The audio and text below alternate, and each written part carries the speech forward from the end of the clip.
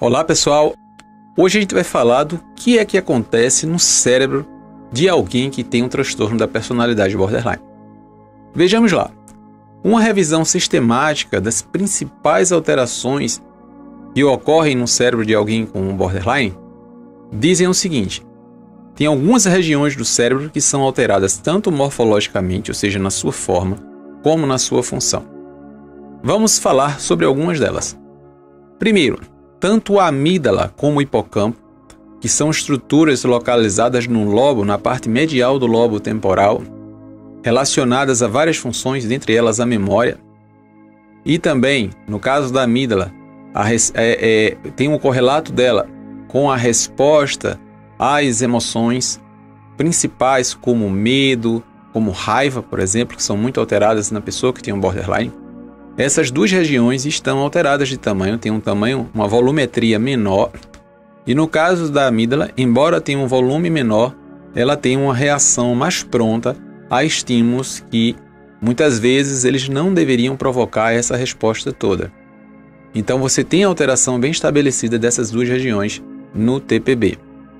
Outro, em alguns estudos se evidencia, principalmente naqueles onde existe uma história na infância de abuso sexual, que o corpo caloso, que é uma estrutura que fica no meio do cérebro e que as suas fibras comunicam os dois lados, os dois hemisférios cerebrais, tem um volume de fibras reduzida. Então, é outra alteração que também encontramos no borderline. Outra coisa, algumas regiões do córtex pré-frontal, que é aquela região do cérebro que faz um controle inibitório nas estruturas do sistema límbico, ou seja, um freio para as respostas emocionais, essas estruturas estão funcionando de forma diminuída, ou seja, estão hipofuncionantes.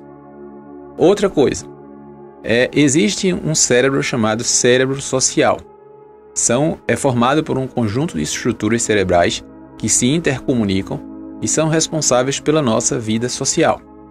Alguns estudos dão conta, principalmente aqueles que relacionam o medo do abandono que acontece no TPB a essa socialização, que essas estruturas cerebrais, algumas estruturas da parte inferior do lobo frontal, esquerdo principalmente, a área de junção temporoparietal, é uma área bem delicada.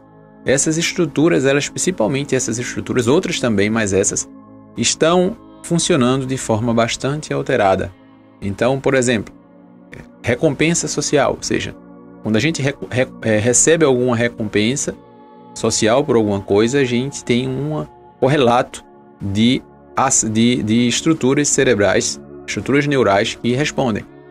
Na pessoa que tem o borderline, quando elas quando elas instadas a passarem por situações como essa, a resposta que tem do cérebro não é a mesma. Ou seja, essa parte de estrutura e de função do cérebro, que é dito cérebro social, não funciona da mesma forma na pessoa que tem um borderline. Então, são muitas regiões do cérebro que funcionam de forma diferente e que apresentam também um volume, a volumetria dessas estruturas são também alteradas. Então, por que isso é importante a gente entender? Durante muito tempo se achou que o paciente que tem um borderline, ele é manipulador, ou ele de alguma forma ou de outra, ele recebe adjetivos que são adjetivos que não dizem respeito realmente ao que acontece. A gente tem que encarar com seriedade, porque também a ciência mostra que existem alterações que são alterações cerebrais. Então, mais ainda, o comportamento, muitas vezes, eles têm um correlato que é neuronal. Então, a pessoa não está ali simplesmente porque quer estar assim.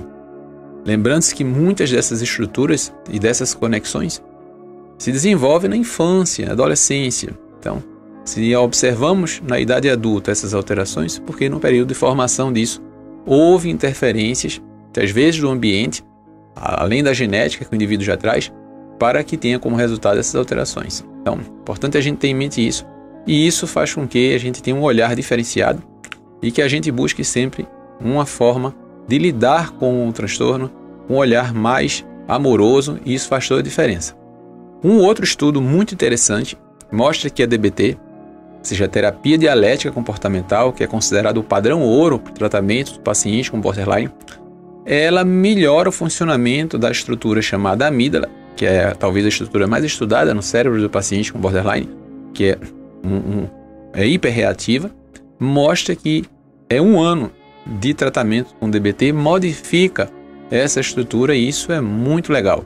Então, eu trouxe essas informações para vocês, só para vocês entenderem um assunto que não é tão falado, pelo menos no nosso país, são a questão do cérebro mesmo, as alterações, tanto morfológicas como estruturais de conexões das redes neurais, correlacionando isso com a clínica e também trazendo também informação que esse tratamento DBT traz uma esperança de que mesmo quando há essas alterações morfológicas e funcionais, o indivíduo pode evoluir para melhora. Então, é isso aí, galera. Se vocês gostaram do vídeo, deixe lá seu like e não deixe também de compartilhar com seus amigos, porque a divulgação dessas informações é de extrema importância. Grande abraço para todo mundo e até a próxima.